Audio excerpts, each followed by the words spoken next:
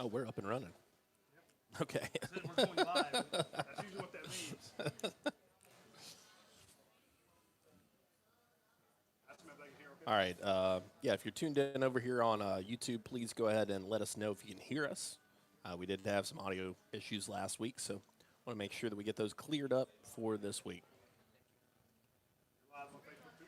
Park Brandon says, yes, sir. Alvin Todd says, thumbs up. Beautiful, beautiful. Looks like we're up and running.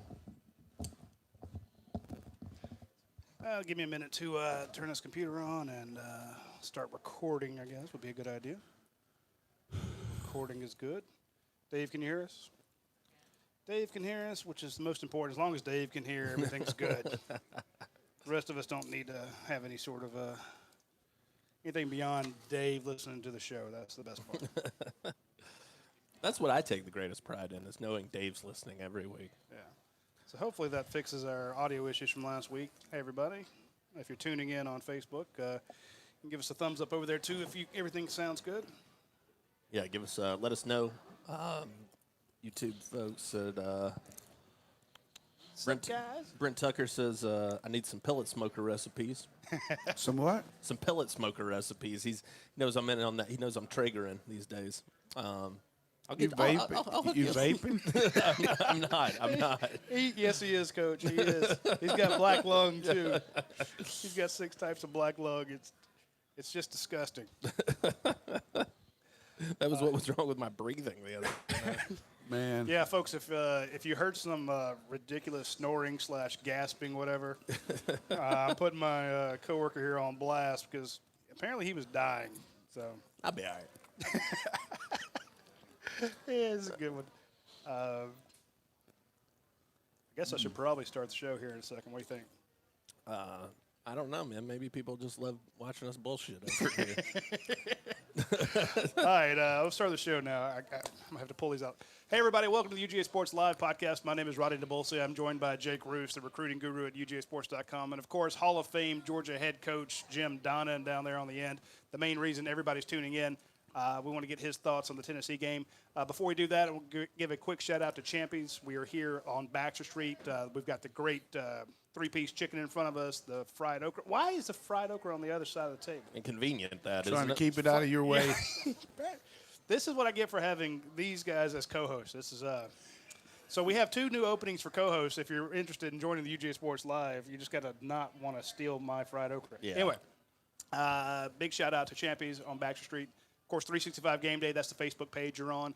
And Athens Ford, of course, big sponsors of ours. Aaron Overhead Doors is a big sponsor, as is Academia Brewing Company and Your Pie. Before we get into Coach's thoughts on Tennessee, we'll let him have a few more of those nice, crunchy, fried okra pizzas. I want to let everybody know what we're doing this Saturday. This Saturday at noon, go to our YouTube page. This is going to be something we've never done before. I don't know if anybody else in the market's doing it. I'm sure everyone will do it after we do it. But You know it. we're going to have a watch-along party. It'll be me, Coach Donnan, Dane Young, basically at Coach Donnan's house in his giant man cave with the screen up. We're going to be watching the game. Now, we can't show you the game on YouTube because we don't have millions of dollars to buy the TV rights, but you'll be able to tell what's going on, and we'll get Coach Donnan's commentary on the game as it goes through. I'll make up some stuff, and big shout-out to Anheuser-Busch for sponsoring it. And I'll be working Yeah, at the game. I'm gonna send the other guys out to work while me and Coach Donnan drink beer and talk about the game. So it'll be a lot of fun. Just tune in on YouTube.com. Go to the UGA Sports channel. I'll be sending out links. Follow us on Facebook and Twitter. We'll be sure that you can find it. They can ask questions, too. Yeah, right? absolutely. Ask questions about the game. If you want to know where the toss sweep went, we'll tell you. You know, if you want to know what the defense you're looking at, Coach Donnan can tell you that. I mean. Listen, I'm not hating on those announcers. I know that that's a tough job they got, but I will say I'd rather mute the TV and listen to you guys. Well, think about it. You got the announcers. They come in on Thursday, Dave. So they come in on Thursday. They meet with the coaches, and they get a meeting that we don't get. But they're there for a 3-hour show. And then they're gone. They leave town, or they go and have a nice dinner and take off. Coach Donnan knows his team backwards and forwards. You and I cover them every day from, some of these kids since 8th grade. We should be able to give you some insights that you're not going to get from whoever's calling the game. And I don't even know who it is. It could be the greatest broadcasting team of all time. I'm just saying that we will know more about what's going on than they will, and you will get unique perspective. Now, we're going to be 5 or 6 seconds behind simply because of the way you'll be watching it, and then we'll be watching at the same time you do. But by the time our response goes up to YouTube, it'll be 5 or 6 seconds. But it's not like it's going to be jarring or anything like that. And I'm not going to give a play-by-play. No. It's going to be more of – we used to do this at ESPN.com on big games where people would just send in questions, but also, we would myself and somebody else would just watch the game and talk about it from a coach's perspective and, maybe some tactical moves that might be coming up and things like that you can look for. And it's all just a way to help the people on our site and the people that want to listen and watch that aren't on the site. And we appreciate good friends at Budweiser, particularly Leon Farmer III, for coming through for us and helping us buy this new equipment that you got. Yeah, we bought a bunch of new equipment, came in yesterday. Box is the fun stuff, so it wasn't cheap either, so be sure to tune in. I'm not getting paid this month. That's an easy way to say You that. didn't get paid last month. All right, let's jump ahead. You know to tune in. Just follow us on Facebook and Twitter. We'll mention it again. Coach, I want to get your thoughts on the game against Tennessee. We had a good post-game report from you, but not everybody caught that. Granted, it was late. It's 11:30. We don't get me wrong. We had thousands of people catch it, but now we're talking to tens of thousands of people, some who might have not been up that time or they switched over to watch something else. Give us your take on this Tennessee game. I know a lot of people were freaking out that Tennessee was able to throw the ball. They had success through the air. It doesn't matter, apparently, that Tyson Campbell was out. It's in times because Tennessee scored 14 points on Georgia. Yeah, any way you look at it, you can find something wrong with every game, and that seems to be the tendency. First off, obviously, we got off to a slower start than we'd want, but you got to realize anytime a team has 2 weeks to prepare for you, just like we had 2 weeks to prepare for them, they came out with a new quarterback. They also came out with a couple really good calls by a coach who has practiced against our defense for 3 years and knows some of the ins and outs of our coverages, and they caught us in a coverage where we had a one-on-one with the free safety, and he bid on the double move, and they hit a big play on us. That's going to happen to the best of players. But, my overall take on it was the fact that we continue to show all kinds of way to attack people on offense. Our defense is still really good against the run. It's not giving up a touchdown this year on the rushing game. And as you mentioned, without Tyson Campbell, we do have some guys back there that are playing. Daniel's missed one game, so really that's his fourth college game. And as a major college, he was in JUCO, so probably not playing quite as many packages as we'd play if we had Tyson Campbell back there. But the bottom line for me is a very athletic team, a team that can make adjustments as necessary. And it's a 4-quarter game. That's the whole point. When we needed to make the move there at the end of the second quarter, we got a couple good scores on the board after they missed a field goal. And it's just life is the way it is. I mean, you analyze everything to the max, and there's certain things we got to get better at, but there's a lot more we're good at than we are bad. Now, Jake, you were there. You know that everyone talks about the fact that, Georgia took over that stadium. They did not. Okay? No, Tennessee did it. Tennessee was out there for sure. They had 92,000 people announced attendance. Yeah. That thing holds 100,000. So they basically had the same number of people that you would have at a Georgia game. Yeah. That's about the same. Now, not by the fourth quarter, but No, not by the fourth quarter. But it was a hostile environment. They did some things that Georgia hadn't seen before. They took advantage of some guys that were out, and I just don't – I think that the overreaction – and it's not everybody. A lot of people realize that you were favored by 25. You won by 29. You scored the final 33 points in a row. But I think that once they hit that one big play, one big touchdown, the atmosphere in that stadium changed. Am I wrong? No, I would totally agree with you. And, look, the thing about it is – Jim Chaney, after 14 points, he seems to struggle. All right, they came. No, I will. So mean. No, but I will say now, Coach. I want to ask you this because I did feel did that look different to you from what you saw during Chaney's time here? I thought that there were some points where they kind of sped things up. They were kind of playing a little run and gun, loosey goosey, and it felt a little bit different to me than what we'd seen previously out of Chaney. Yeah, I think you always coach around what your personnel can do, and they made a quarterback change, which is a pretty big deal because the guy was an upperclassman, and when you do that, you kind of shoot a hole in him, saying you're basically everything you've done as far as building camaraderie with your team, leadership, fellowship, all that. It's going down the drain, and you're asking kids to believe in a guy that's only been on your campus there for several months. So, but the Marr kid's got a pretty good arm, and he was very good on the catch and throw. And what we're talking about that is, it's hard to rush the quarterback when they run these patterns where you just catch a ball, and as soon as you get it, you let it go, regardless. There's no reads much involved. You're just catching it. That's why you see sometimes on the pictures of a still shot where the guy doesn't have the laces. It's because he's just catching it and throwing it as quick as he can. He doesn't even take time to get the laces. So I think that was smart by them because they knew they're freshmen, 2 freshman tackles. They're going to have a hard time protecting, and they don't have any form of a running game. But I guarantee you, Juwan Jennings and that Callaway guy, they can play for a lot of teams in D1 football. They can play for a lot of people. And I watch teams like South Carolina get 30-some points on Alabama, throwing the ball up and down the field. I see, LSU give up 38 points to Vanderbilt. So, hey, there's a lot of things that you can find wrong, and that we'll get some questions today. I'm beating a dead horse here. I think our team – at this point, except for the injuries to Kinley and Campbell, I would have to think that at this point in the season, we got to be happy for the 3rd straight year to start the season out 5-0. Have they ever done that before, Dave? I think that's a. We put it to our stat department. We'll come back. Our stat department is knee deep in chicken fingers, folks. So when the stat department But put his that's chicken pretty strong there, and then dominating the East like we haven't. 15 wins in a row. Yeah, and now you got the East situation with, depending on what Kelly Bryant can do.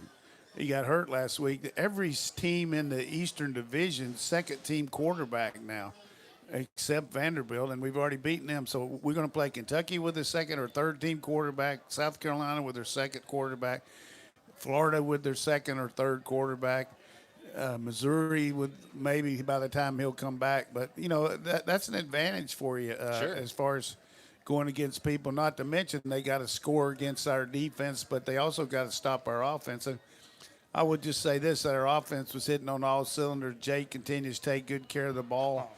And our receivers really showed some big-time reads on getting open, finding the areas. And, with the exception of a couple really stupid penalties, that really helped them. I think one cost us a touchdown. We had to kick a field goal. But there's no retaliation. If a guy hits at you, you can't – Landers, you can't hit back at him. And then Marshall slinging the quarterback to the ground, that was just not really smart. Now, I did want to jump in. I know you got something to say here, but I want to point out that was as expected, that was a very chippy game from the jump, from the very beginning. There's some, guys coming down on the kickoff, guys were talking crap to each other. Tennessee was fighting on its own sideline. They had some guys over there. Did you catch that? I didn't see it. Chuck Dowdle mentioned it to me yesterday. I didn't see it live. I had someone on the Georgia sideline hit me up and asked me, what's going on over there? We can see them fighting. And I'm like, I missed it. I'm looking at the field. Yeah, right. But, of course, that person's on the sideline, so they're looking that across happens. the field. It happens, though, Roddy, when a team is searching for identity and really not having any success, and you have a tendency to put the blame on somebody else a lot quicker because you haven't experienced success. And you see that more times than not among losing teams than you do than winning. But Jeremy Pruitt said he liked it. He said I'm in favor of it. He said, look, I like the passion. He said, I'm glad that we got a couple of guys who care that much. Now, he's just glad to see somebody hit somebody. Oh, so cold. So cold. but to his Jeremy Pruitt's credit, I do agree with him. You at least have a guy that cares, and you and I have seen teams that have checked out on a coach, who've checked out on a program. I remember, and this is a Georgia situation where they had a ton of guys on defense who were all going to the NFL, and they could not play cohesively on that defense. And I remember one of the guys said, look, these guys are not playing their role. They're trying to get their numbers up. They're trying to make plays for themselves. They're trying to make highlight reels. And it was a selfish attitude, and it cost. I mean, you look at that team, it's like these guys are all going to the NFL, these defensive players, and this defense is bad. I mean, it's talented. It's athletic. Sure. It's loaded. It can't stop the run. It's getting burned for plays. And it was guys, and there were one or two guys who were trying to hold it together, and those were the guys who were grabbing other guys by the face mask, telling them to get their head right, get with the program. And I was just but the point was, what I was making, you had a situation in that game where there was so much talking going on and so many cheap shots and pushing around. That antagonism builds. And we saw it, first quarter, second quarter, some stupid penalties. And you take out those dumb penalties, and to me, that's a different ball game. No, I agree. I think. There's a little jealousy there. These kids want to be where Georgia is. They're from the same state, a lot of them, and it's just hard to swallow somebody coming in and dominating you like that Georgia has, particularly the last 3 years. I mean, I don't know what the score is the last 3 years, but it's bad. Yeah, I think somebody had it. It's like 200. It's like 200 to like. I think it was like 122 to 26 Yeah, or something. I mean, they've been outscored by like 100 points. And, a couple other points I want to statistically point out. We haven't had but one sack on the season. We haven't been sacked by a FBS team. We have been by Murray State, and we haven't hadn't had a rushing touchdown scored against us all year. Only team in college football that. And our only interception came against, where we had the interception against Murray State. So, and that was with our second team. So, very, very accurate passing team. And we've only, we've had a couple hiccups on short yardage, which we'll talk about. But those happen to everybody. Haven't missed a field goal. And really, that's another great. 11 of 11. I don't even think he misses them in practice. I want to. The ask guy's you, a machine. I want to ask you, Coach.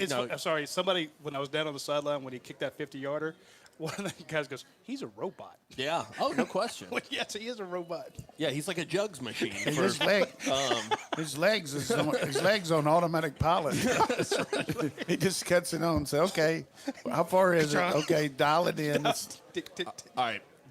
Double-headed question here for you, Coach. A couple people asking about Georgia kind of getting out to some slow starts. Any concern there from your part to see the Bulldogs kind of sputter out of the gate a couple times and then eventually find their footing? Yeah, I think in this case it might be a little bit of a hangover of not playing for a week.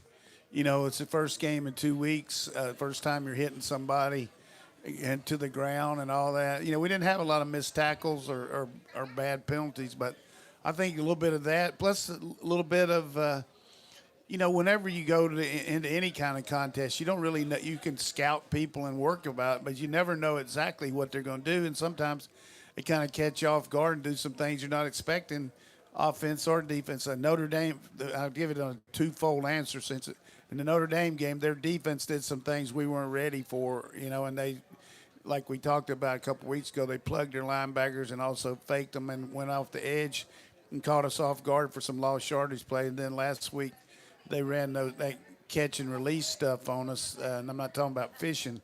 I'm talking about they were catching the ball and letting it go, and then they ran that double move on the count, which was smart. I mean, that was good. They recognized the coverage. We didn't have a jam corner. We had a kind of a squirmed-in corner. We was inside. So Callaway got a good outside release and then came in and had a chance to do double move on it. So that was a good recognition by them. All right. And they had the time. Go ahead. No, I want to follow up. The follow-up question on that is, what do you make of the adjustments you've seen from halftime? Because Georgia's given up only one second-half touchdown this season. Yeah, I usually think that the only adjustment you make at halftime is with your chin strap. You buckle it up tighter. There's too much made about that sometimes. But I think in this case, which we've given some love to Kirby, the 1 week we lost our starting corner after the other corner wasn't dressed, and we really adjusted pretty well on the outside, but they hurt us on the inside against Notre Dame. So then we made some adjustments on that and really shut them down in the third quarter, and they were able to do a little bit in the fourth. But very astute coaching staff on defense with Coach Schumann upstairs talking to Lanning on the sideline. And then you got the master down there, Kirby, who's worried about everything and knows what to do pretty quickly. And then offensively, we continue to show some different things that I still think we got some stuff in the bag we hadn't let out yet. So James Cook. I really like some of the things we're doing with our outside receivers. And, you can't say enough. It's just a given with Jake, the way he's been so complete and running the team and then, throwing the ball with a lot of confidence. And our screen game, to me, has enhanced our pass protection because it slows down the rush a little bit. You always got that threat of that quick screen out there to Robertson.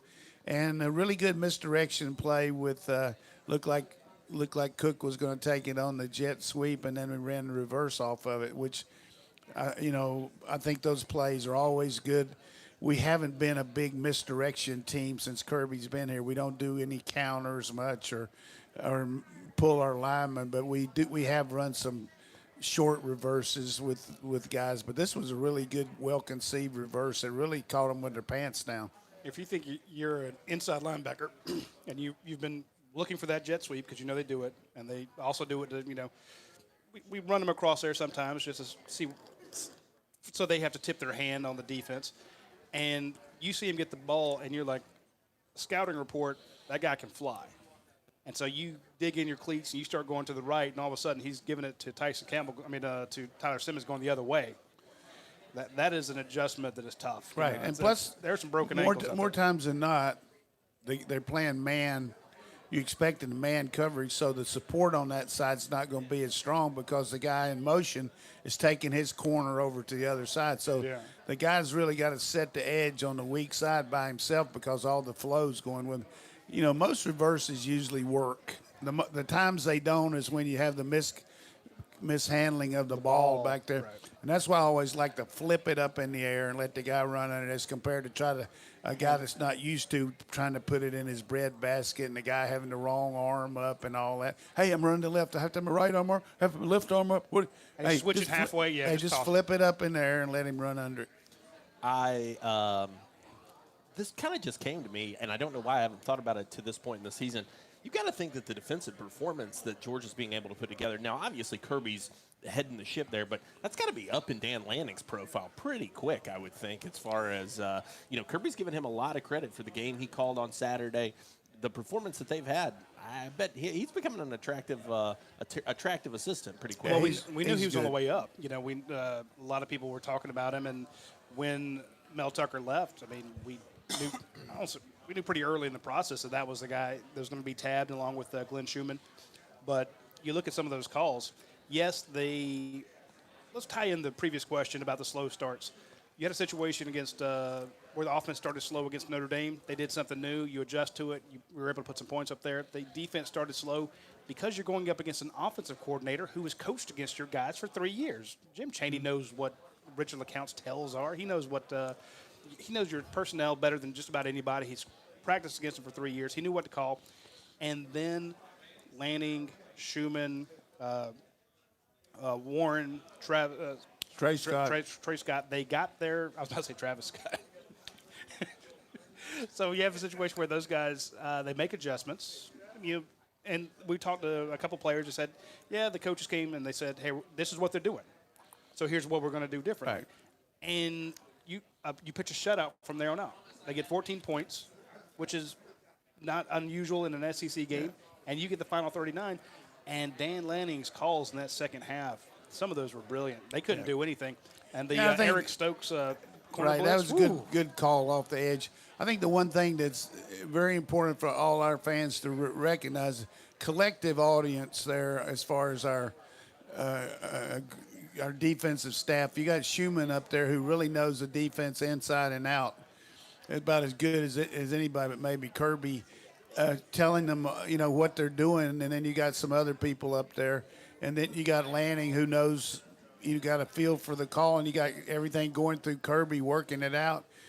And the one thing that I think that people aren't giving us enough credit for is, which I think will help us against Florida too, is Warren was a secondary coach up there 2 years ago, so he knows a lot of their players too. Exactly. So we had that advantage as far as getting a scouting report on their guys, just like they had with Cheney and Shear and some of those Rocker, those guys that are on their staff. But bottom line, we got more players than they do.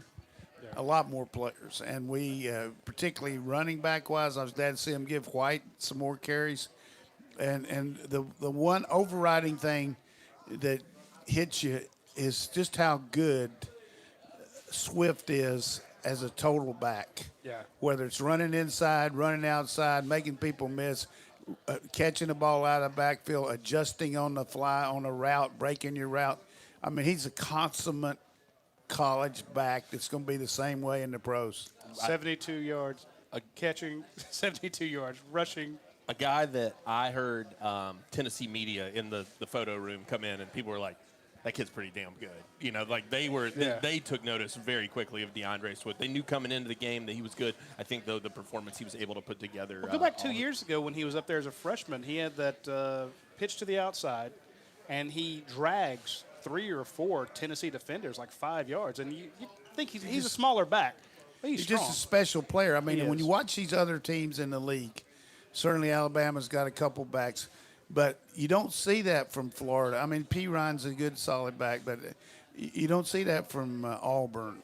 I mean, we got backs. That's a heck of advantage. We got the backs and we got the kicker. Yeah. Not to mention the quarterback, but as I mentioned, I think our defense, particularly against the run, is going to be right up there with Auburn's, and then pass defense, we got to get Campbell back. But overall, I like our squad makeup. Roddy, question here for you. This one from Susan Sumner Wilson. She says, what's this your pie stuff you got in front of you? I think we got one here in Covington, she said. Yes, the one in Covington is probably the most popular spot in all of Covington. It's one of the most, and I don't say that jokingly. If you go to the Your Pie in Covington, it is an absolute wonderful experience. It is one of the most popular restaurants down there. Your Pie is a concept invented by Drew and Natalie French after their honeymoon in Italy. They saw people getting like individual pizzas made, and they said, we could do that back home.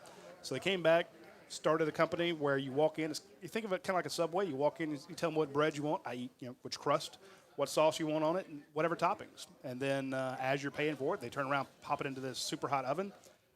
Fantastic crust on it, great toppings that are cooked just right. You go get your drink, get a beer, get an academia beer, something like that. Sit down. 2 minutes later, they walk up to your table with your pizza, or you can get a sandwich, or you can get pasta. Pasta's a new thing. And again, all that is completely customizable, and by the time you've sat down, it's ready to go. There are over 70 Your Pie locations, and they are all done, all open through Drew and Natalie. Huge Georgia graduates, Georgia alums, Georgia fans, and great supporters of the Bulldog program.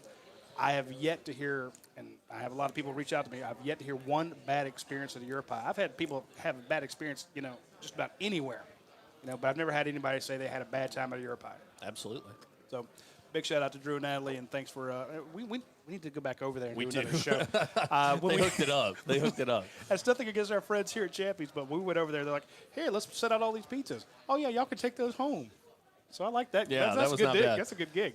Dave McMahon catching us up here. He says this is the first time Georgia has gone 5-0 3 straight seasons. It's the only time. Hey, that's why you listen to the old coach. He said they did it 2 straight. I was just throwing out there to see 2 straight seasons, 1910 to 11, 1930 and 31, and 2005 and 06. We did that in 1910 to 11. Who was the coach? I thought that you were around then. Oh,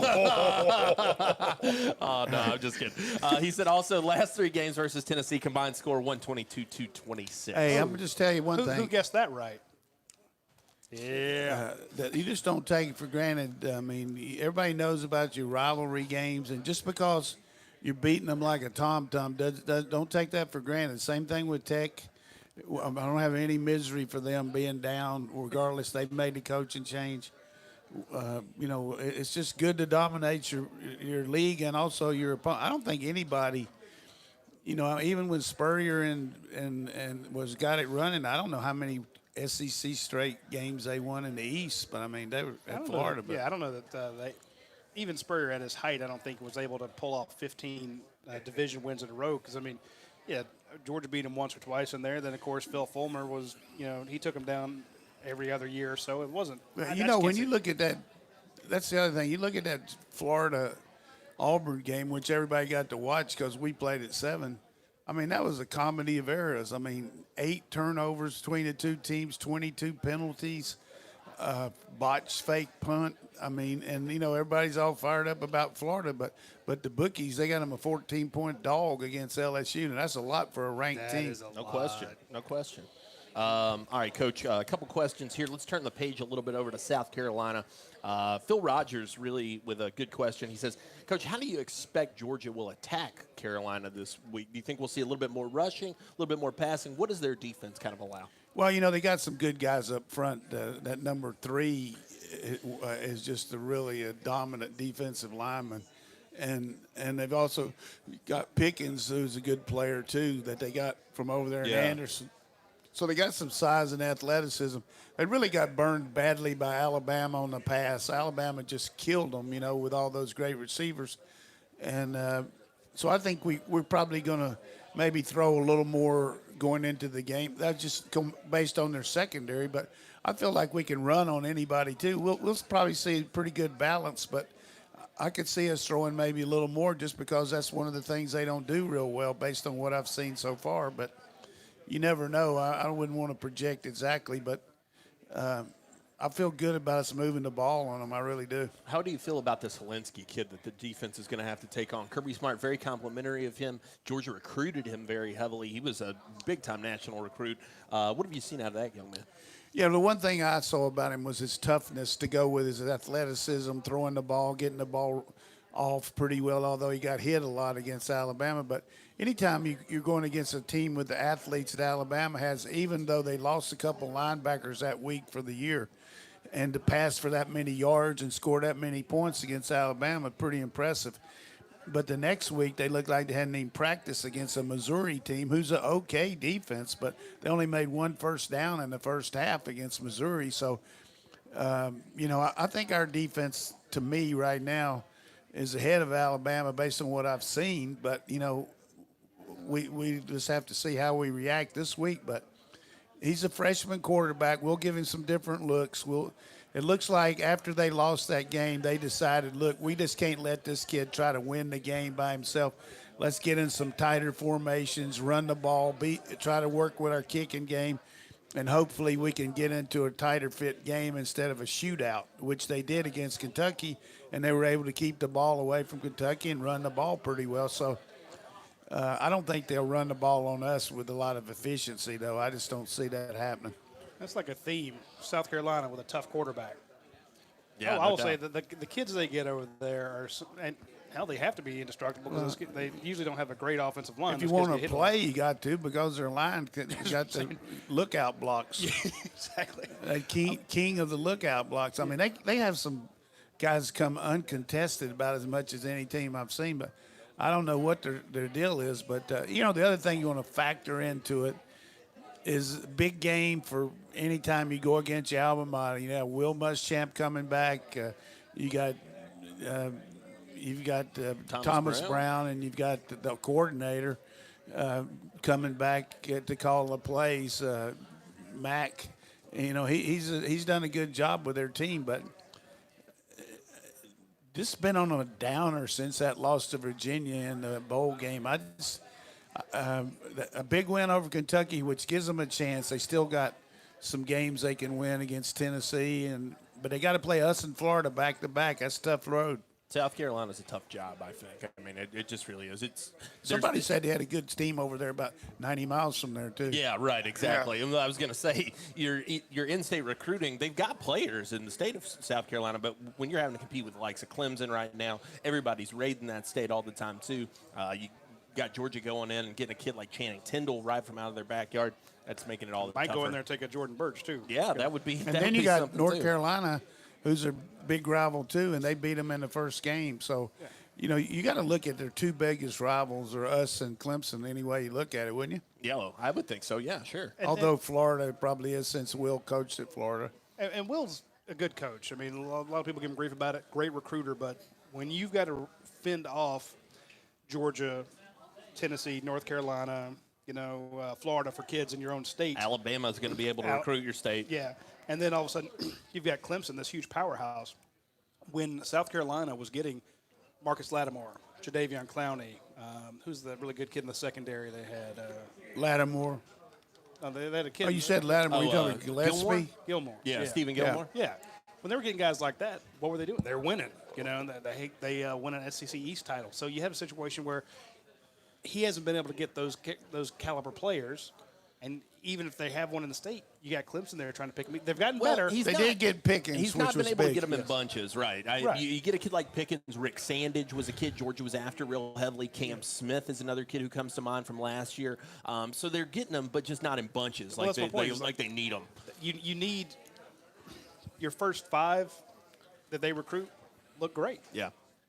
You got to look at one 15, thing here. 20, They did beat. now you get a problem. They did beat Missouri last year, but you got to look at it, the fact that I think he and Odom at Missouri came in here at the same time, and to take over programs, and Kirby took this one over, and you got to think that at best they're 4th in the league because they finally beat Kentucky, but.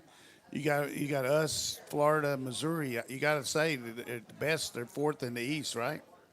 Yeah, I would think so. They're better than Tennessee and Vanderbilt, and that's about it. Yeah. Robert Barnes points out, too, good point. He says Brian Edwards is the real deal. He very much is. That is a kid that I've really enjoyed watching his career. Georgia recruited him heavily as well. Where's he from? He's from South Carolina as well. I forget exactly where. Got a couple recruiting questions we'll hit real quick.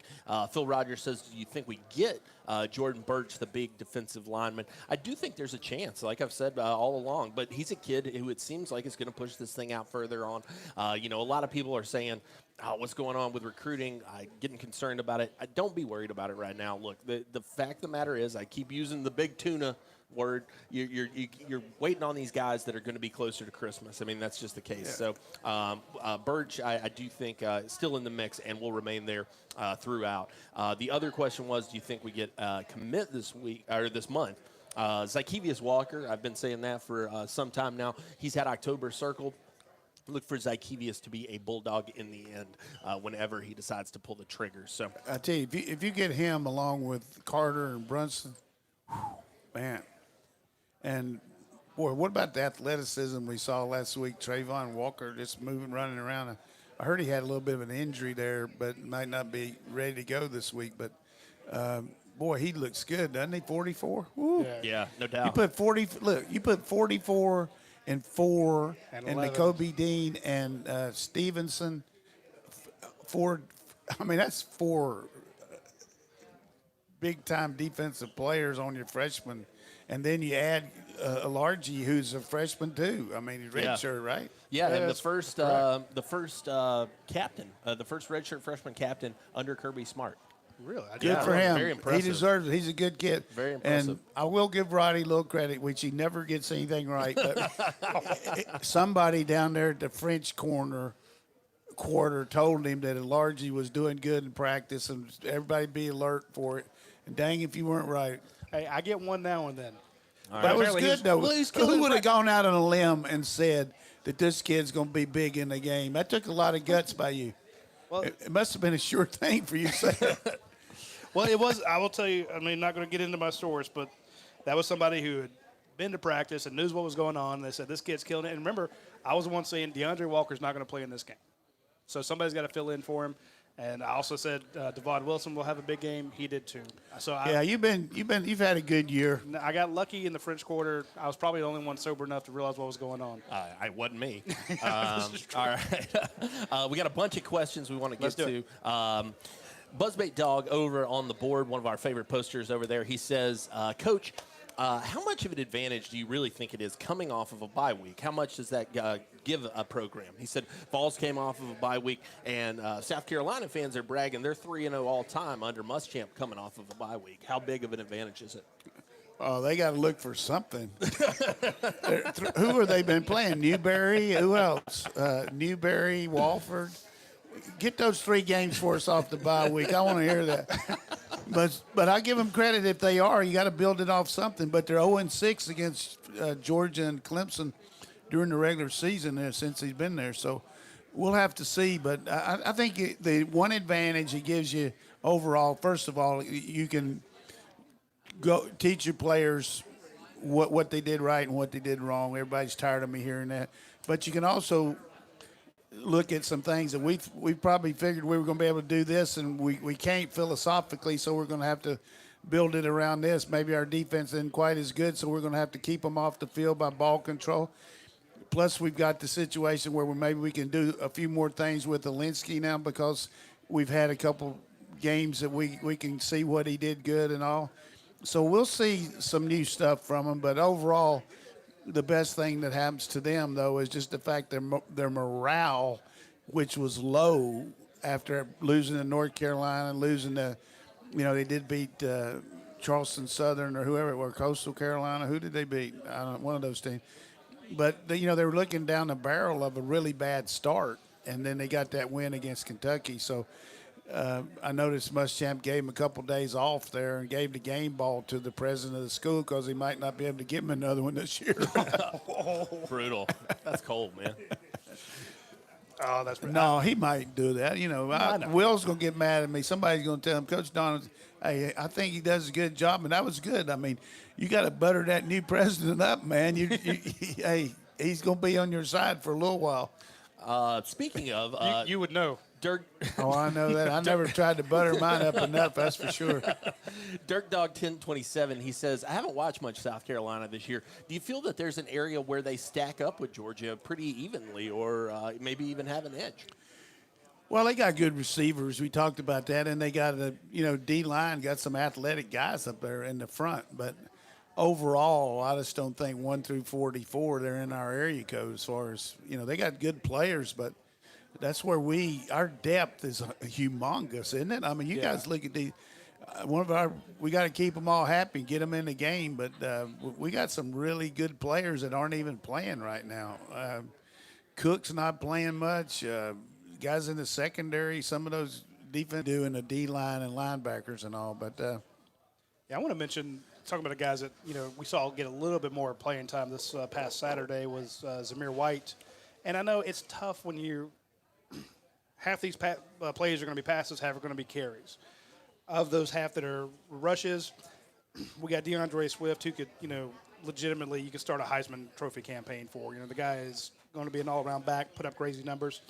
But you're not going to feed him that much to have the campaign. You have Brian Herrien, who has earned his stripes. We got a good story over at UGAsports.com about him, a guy whose loyalty and dedication is paying off now in a big year. So you got to give him the ball. But I will tell you, when I saw Jameer White get it, that is a kid who is hungry. Yes, he's had the 2 knee issues. He came through looking for contact, hitting people, was tough to bring down. 8 yards per carry average.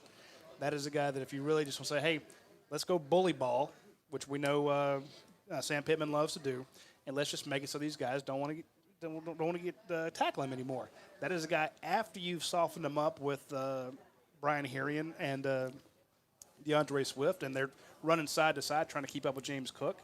Here comes this missile up the middle looking to hit you. Yeah. And I'm just thinking, I don't know, they have a good defensive line, but towards the end, that is a guy who can put this game so far out of reach, it'll just be a mile. So, Dave McMahon points out USC wins after the bye week against under Muschamp.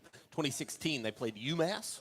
Oh, me. They played the Minutemen. Was it a doubleheader? 2017. Was it in Boston? 2017. Oh, big one. Oh, the Commodores. Hey, dangerous Commodores. Commodores change their name to the Possums. Can't play dead at home, get killed on the road. 2018 against the Vols, all at home. Woo, That Nelly. 2018 Vol team that was. Yeah. That was an all-timer. So those are three.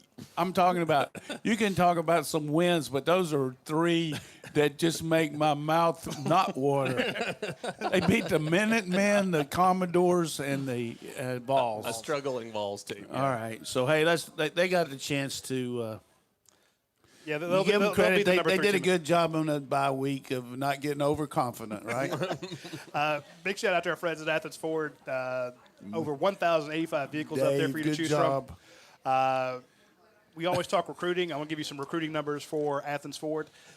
We always talk about trying to get those 5 stars from their Cars.com, Google, and Dealer Rater ratings. They're at 4.7, 4.5, 4.9, right on the as close as you can get to 5 stars without basically giving cars away for free. So our friends out at Athens Ford, west side of Athens, out on Atlanta Highway, near the Sonic and the Sam's Club out there. You can come up, especially if you're a student or a veteran or active member of the military, get a $500 discount on top of any other great deal they're going to give you. And again, I've never had a bad experience. We've had a ton of people go out there and buy cars, and everyone just said, look, that is my car place now. Those people took care of me. That's my car place for life. When we need one for my kid, we're going to go out there. I helped my mom get a car out there. So I've yet to hear a bad word out there. If you've got a bad experience, let me know, and I'll pass it on to them because they'd want to know to fix it. But, again, the customer service out at Athens Ford is unreal. So if you get a chance, swing by our friends at Athens Ford. The discounts they have are incredible. Just click on athensford.com, hit monthly specials, and you can see all the deals they have on new cars. And, again, all their pre-owned and current new cars on the lots, anything under 80,000 miles, has a lifetime powertrain warranty on it. And they also have some service deals. So if you're like, hey, I need an oil change. Hey, I want to get this. I want a roof rack put on. I want they do some custom work out there, especially on those Ford F-150s. I see those guys running around with the step bars and all that cool stuff. They actually have a customization, a specialty ordering department out there that can do some amazing things. They do the lifts. They're fantastic. Got a huge service base. So when you get a chance, swing by our friends at athensford.com. Roddy, any injury updates? People asking about Solomon Kinley, Tyson Campbell, Trayvon Walker, who was not out there at media viewing yesterday. Yeah. Anything you're hearing on those guys? Anybody you expect back this week? I do expect to get I think the biggest one to me was Jordan Davis, and we during the middle part of the game. Now, he came out with the crutches on and the big boot, and it just looked bad. But during the game, we were able to talk to some people, and they said, no, it's not that bad. The x-rays are negative on his ankle. He'll be fine. And then Coach Smart yesterday said it was. I think right now Tyson Campbell's a question mark. I think Solomon Kinley's a question mark. I don't think you need Solomon Kinley this week. No, I don't either. So, again, if it's he could have played last week. He traveled. And in the situation, remember when they were taking Ben Cleveland, I think it was last year or the year before, this was a guy who we knew was injured, but they kept taking him. And it was a situation where if you absolutely need him, just like you needed Isaiah Wilson against Notre Dame. Yep. You didn't start him in the first half, and then you're like, wait a minute, we need this guy. So you call him in, you bring him out there. But if you don't need him, then you play him. So I think you can get Solomon Kinley back. And now remember, Solomon is going to be the guy fighting to get back out there. Oh, sure. I think you're going to have a situation where you have a Ron Corson hold him back by the collar, because that is a guy who has fought for his spot. He's a senior, Yeah. And in the case of people say about Campbell, when you have a turf toe, that's the worst injury next to a broken ankle you can have. It's just hard to, when you stub your toe, you know how bad it feels. Well, you got a turf toe that's been jammed in there, and you just can't. There's no flexibility, and your big toe controls your whole movement with your foot. And this is a 10-3 sprinter, Yeah. He just doesn't have that speed. And he's getting a lot of rehab and all, but it's hard to. I hate to make conjecture about guys coming back, but he benefited tremendously from not having to play last week and having an open date and not traveling and getting more treatment here. He got 24/7 treatment here Friday, Saturday, Sunday. So we'll see what happens. I think that's a guy they're missing. I really do. No question. I mean, Daniel's good player, but he's a JUCO guy. He's getting used to. He's going against a lot better talent, and he's overzealous sometime, because he's always been the better player. Now he's going against some big time guys, and he did some good things, and he continues to do it. And I think Stevenson's going to come along too. And like we said, our whole package relies on being able to play some man coverage, and when you can't play it, then you don't get quite as much rush, but you don't give up as many big plays. So what he could I'm saying get away with, what he could do at that level is a little bit different here. And again, that's a learning process. By the end of the season, he doesn't make that same issue. Well, everybody in the Nick Saban tree, Muschamp, Pruitt, Kirby, are going to play, Alabama are going to play aggressive man, jam, bump and run coverage, and you're going to get caught for holding. You're going to get caught for interference because that's just the way they coach and the way they play. And, inexplicably, there's not many pass interference called on those kind of teams. And you don't see it that much. But you saw it against Auburn last week. A guy had 2 in a row, same corner, right in front of their bench. And both times he was guilty. But he made the same play on the guy twice, called it twice. If you get called for interference twice in a row, you better change your style, man. Our guy Jonathan Harding over here, he shared the podcast today, so we really appreciate that. Thanks Jonathan. for that, Thank you so Jonathan. much. Jonathan, Viewer of the day. Jonathan says, Tay Crowder is a game changer. Coach Donnan, your thoughts, please. Well, he was a game changer for the bookies the other night. The guys had with that score both ways, but it was one of those deals. Just like everybody was hoping that Kirby went for 2 there at half because Georgia would have had the halftime spread, but they didn't. But I'm just some of my friends at the club told me that. But seriously, Tay Crowder is an example to me of an unselfish guy that changed positions and has really benefited from it. And his knowledge of football, knowing how to pick up protections, how to run routes, helps him as a defensive player. And the fact that he can play, knows what the offensive schemes are a little bit better because he's been coached to do it. And he did a perfect technique on the scoop and score. Which you mentioned last week. Which I'm going to say that he did that little shuffle right before he picked it up. So he listens to the show, obviously. He got the momentum. Coach Lanning coaches that shuffle drill. And Coach Schumann. But that little shuffle helps you get under control and then get the ball and go with it. He kind of ran out of gas there at the end and got it in the end zone. But just a perfect call and great job by Stokes hitting the quarterback without a targeting situation, not a launch, but just a perfect form tackle. And, a corner blitz is really the best time to do it's when they're not expecting it because everybody that's got a quarterback even in the area code of Jake Fromm, they can recognize that the free safety's moving over a little bit to take up for the corner who's blitzing, and they just stand up and throw the ball to him, So the guy turned his back on him, and we hit him from the backside, and that was a big turnover. I do like the add on to that. Tay Crowder gets his first touchdown, a guy who came to Georgia as a tailback. He gets into the end zone. I asked him about it after the game, and it was just an ear-to-ear grin. He was so excited. I think everybody was happy for that kid, Yeah. man. To come in the way that he did. Look, nobody even had expectations for the guy when he came as a running back. He was a 2-star running back out of Harris County. He was going to go to Georgia Southern, and then all of a sudden you've converted him into a perennial starter at the inside linebacker spot. And there was a while there. I actually ran into him down in Pine Mountain, Georgia, at a restaurant, and he's got this arm in a giant sling, and I'm like, "So what's up?" He's like, "I'll be okay," And the brace and everything just looked terrible. I'm like, this bodes ill for a running back, and then he switched to linebacker.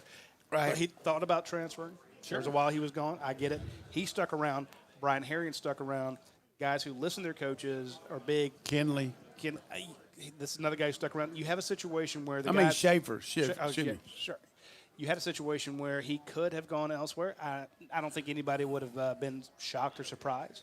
But he stuck around, and it's starting to remind me of a couple years ago when you had Davin Bellamy, Lorenzo Carter, Nick Chubb, Sony Michel. They stuck around when they could have done something else. That unselfishness paid off for them and the team, and I think you might be seeing a little bit of that this year. What's interesting to me, though, you make that point, but the difference in those guys, Lorenzo Carter, Nick Chubb, everybody knew what those guys were. Coming out of high school. You're talking about now Brian Harrigan, Nobody knew who he was. Solomon Kinley, Nobody knew who he was? a guy, T. Crowder as well. Nobody. Justin Young is hanging around, and fifth year. It's taken him a long time. Michael Barnett getting some playing time. I think it's really speaking to how this team will reward you for being dedicated. One of the best quotes of the year is Kirby said, "Why would you want to be in a transfer portal when you play for Georgia?" Yeah, because they know they're gonna get a chance, man. He's gonna be fair to you, and you experience a lot of success and play for championships. Let's be fair. When he's talking about the greener pastures, he goes, especially about a running back, he goes, "Those greener pastures are the one that offensive line opens up for you." Yeah, I was like, yeah, there's some big green pastures out that way. All right. How about that Miami program? I got to think some people are going to be hitting some of their recruits. You would have to think so, yeah. Speaking of good recruiting, if you need someone to come fix your house, fix your garage door, call our friends over at Aaron Overhead Doors. Ryan Lucia and the folks over there, they go out and actually get real employees. They don't use shady contractors, guys who one day is working on a roof, the next day is working on a garage door, third day is building an outhouse. Selling CDs out of his trunk. Exactly. Hey, he's waiting for his hip hop career to take over. So you have a situation where.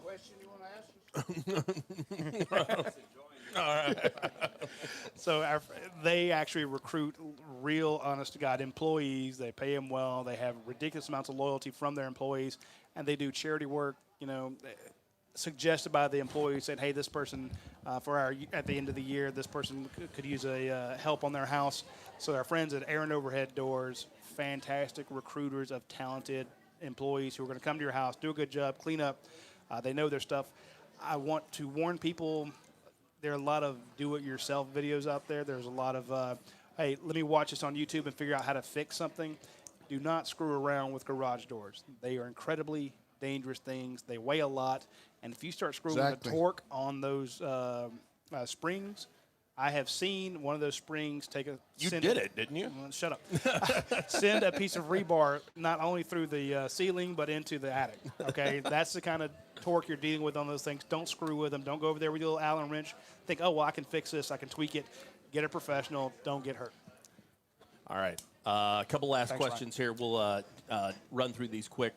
KCKD on the board. He says, what do you do when your with your punter's performance is affected by tension in the game? Is there a way to help him get over that? Or is it sort of like Pete Rose said about hitting? If you're scared to get hit by a pitch, just quit. You'll never be able to do it. Well, here's in defense of the guy, he never gets to punt. I mean, he punts once or twice a game. And situations such, you can't ever get in a rhythm. And, a lot of times it's kicking where you're just trying to do the pooch punts. Been a little bit of bad slump here lately, and it's on his mind, but he's been practicing good. He's a good kicker, but, fortunately, it hadn't hurt us that badly. It hurt us a little bit against Notre Dame for sure on that one at the end of the game, but you just got to hope that he's a sophomore. And, Rodrigo started hitting his stride as a sophomore, right? That's true. So, hopefully, the guy's got the leg. I was a punter. I've watched him kick, and he's very good. He just kind of in a little slump here. Makes sense. Before we get to the next question, I do want to give a shout-out to our friends at Academia Brewing Company. When you get a chance, swing out by Academia Brewing. It's not too far from Athens Ford. So go out there, try their amazing beers, try their amazing food, and watch the game. So if you don't want to come into the stadium at noon on Sunday and you want to watch the game out there, they have the huge setup, the specifically designed viewing area to watch Georgia games. Can't beat it. Then I guess the Kentucky game is going to be delayed. So possibly at 3:30. 3:30 or 6 o'clock. Again, another great time to go out there and watch it. You can get their Hunker Down Brown Ale, their what was the other one? Aphrodisiac. We got Skull. Skull. I was going to call it Skull. No, we don't want Skull. IQ IPA. Yeah, so when you get a chance, swing out there and try their stuff. Great food out of Academia. Big sponsor of the show, and a great place to watch it. No doubt. And you can also pop up your phone and watch the watch along with me and Coach Donnan and Danielle. There you Mav James with a real quick recruiting question here. We'll finish up on this one. He says, Jake, do you see Jameer Gibbs from Dalton earning a scholarship, or do you think Georgia lands a more highly rated running back?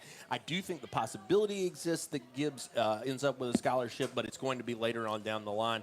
Listen, the kid's interest is picking up quick from LSU, Ohio State.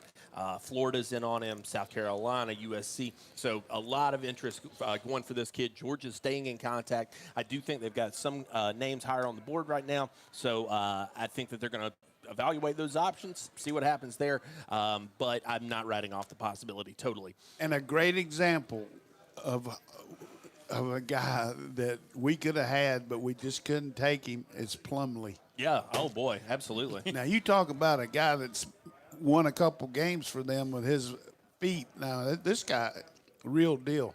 Absolutely. Do you have a quarterback question? Yeah, Mav James. Also, speaking of quarterbacks, he says, well, where does Georgia go now that the other quarterback committed to Washington State? Jaden DeLaura, if you missed that last week, went ahead and pulled the trigger with the Cougs, got that offer and jumped on it quick. I think that Georgia is going to explore the transfer portal market. I think that you're going to see them also look at the grad transfer market. I think that both of those are going to be intriguing options for them. And look, there's a lot of speculation about Jake Fromm and what he's going to do. I think that's all still up in the air. I personally have not heard anything definitive. I don't know if you have. They have not made that decision I'm not writing off the possibility that he comes back. You do need some depth there. There's no question about it. What'd you say there? What? What was the last part there? I said that there is the possibility that Jake Fromm comes back. Yeah, I would say he's got to look at all the options. He's got to look at who he's got to compete against that's going to get drafted. And, it's certainly something he's got to look at. But you also got to look at, we got to look at that 2021 class and, get Williams. We got to get that kid. Absolutely. Yeah, no all in question. on Caleb Williams. I do want to make, I don't want to say it's actually a public service announcement, but for all you people that keep hitting me up, through Twitter, Facebook, whatever, DMs, hey, what's really going to happen with Jake Fromm? I'm not being rude when I tell you I don't know, because we don't know, because he doesn't know. He hasn't made a decision. There have been rumors out there that he's staying. There's been rumors he's going. There have been rumors about his family. He's going to do one of two things. Yeah, exactly. He's going to go or he's going to stay. Well, his dad said this. His mother said this. His cousin said this. His barber said this. His pastor said X. It's all crap. Okay, we've spoken to some people. No decision's been made. Stop worrying about it. I think got to get a rating from the NFL. I mean, they'll have that situation where they'll get. And he's been all over the board at this point. In the mock drafts that I've seen, top of the first. I've seen out of first. I've seen not drafted. Right, yeah. So it's a real mixed bag. And you got that. His hand size is going to hurt him a little bit as far as projection. That's why he's got to go to the, go to the actual workouts and have the private and let people see him. But, they look at everything, but he doesn't have a real big hand. And not only that, you got a situation where this season, I think, will determine a lot about what he's going to do. You win a national title on this, then the guy feels like, okay, I did what I wanted to. You don't win it this year, that's a guy who's like, I'm going to come back and try to win it. So I think you actually have a situation where, did you win the SEC title? Did you win a national title? Jake Fromm is that guy. So I think that will weigh into it. Then, of course, you're like, hey, give me a projection. Where am I projected to go? That will weigh heavily onto it. And they are not going to make a bloody decision until that point. Yeah. Yeah, and people got different opinions like everything. Like one guy will say this, one guy. But the thing Kirby does is he'll get him to go in there and get the actual grade from the NFL and project. It's hard not to go if you got a chance to be a first rounder. I mean, it's hard. But if he's no question. If he's a Roquan Smith first rounder, Kirby will tell him to go. Yeah. Kirby's not going to say, look. But really, the instance of Kirby, what he did with Sony and Chubb has got something to look at. And then you look at guys like, which are not in the same area code as he is, when you look at Nauta and Holyfield. But he's certainly got an opportunity to get drafted high. That's for sure. Absolutely, no question. All right. Anything else? Oh, well, I guess we need to talk about this weekend mouth-watering player of the week. Who I was right about Swift. You were. You certainly were. Way to go out on a limb there, Coach. I was I off went on, out on a Mockingbird, but I told you he was going to show you some things that you hadn't That's seen. true. You were seven correct. receptions. You were He got correct. 7 receptions. I was off on Nolan Smith. I thought that he would have the big day. Obviously, it was Ojulari who took the lead there. But this week, who do you think breaks out against the Cox? I just think Jake's going to pick these guys pick them apart. I think he's going to have a big one of those humongous games. I'm going with Jake Fromm. All right. Roddy? Well, Jake had a huge game last week. Was 22 receptions. But he's going to have 280 even bigger, yards, he's going to have 2 an even TDs. bigger one. That's going to be impressive. Let me see. I'm going to go Brian Herrion. Okay. I think Swift get it done, but I think Brian Herrion's going to I think he's running with a full head of steam. And that's going to be a guy who. You're definitely going out on a limb there. Yeah. You guys. Well, I mean, if you could pick Swift, I could pick. Once again, you I guys. think it's different apples and oranges, though. He don't get but 7 carries. You guys take all the offense, so I'll pick a defensive guy. I think Tate Crowder keeps it going. I think that momentum, that was a big momentum shift for him last week. Really probably boosted his confidence even further. So I bet Tate Crowder very involved this week. I'll switch my pick. Give me Tyler Clark. Okay. All right. Well, if you're going to switch yours, I'll switch mine then. Coach picked Coach Going picked Rodrigo, a lot of kicks. If Fromm's having a big day, I'm going with George Pickens. I think George Pickens. That would be a good one. I'll tell you Gotta one throw it to thing somebody. now. I'm embarrassed myself on this okra. You talking about something make your mouth water? I mean, I've had the chicken in here, and this okra right here will definitely make Uga break its chain. There you go. Elite GB says good food and dog talk, my kind of show. Yeah. Hey, that's right. We're getting ready to go hit this food. So appreciate There's you guys none left, tuning in. There's enough. There's a couple for you, Roddy. We appreciate Hey, I you guys offered tuning in. Roddy some key lime pie this week, and he turned did. it down. Unbelievable. I was in Tennessee. I'm surprised he didn't come waking me up in the hotel. I said, Hey, we got to get go home. back. We got to go home. This friend of mine, Tom and Jan Lanier, sent some food over to my house for my wife and I, and he sent some key lime pie. And Mary suggested, boy, I tell you, Roddy'd probably like a piece of that. So I called and offered it to you, and he turned it down. I did. Said he's on a diet. I am. I'm trying to slim up a little bit. You know, that's why I wear black all the time, slimming. Anyway, be sure to tune in next week. We will have another show for you where we'll be recapping the South Carolina game and looking ahead to Kentucky. We will also have some great food. So for Aaron Overhead Doors, Your Pie, Academia Brewing Company, Cable East, and our friends over at the Georgia Game Day Center, we want to say thanks for everybody tuning in, and we will talk to you then.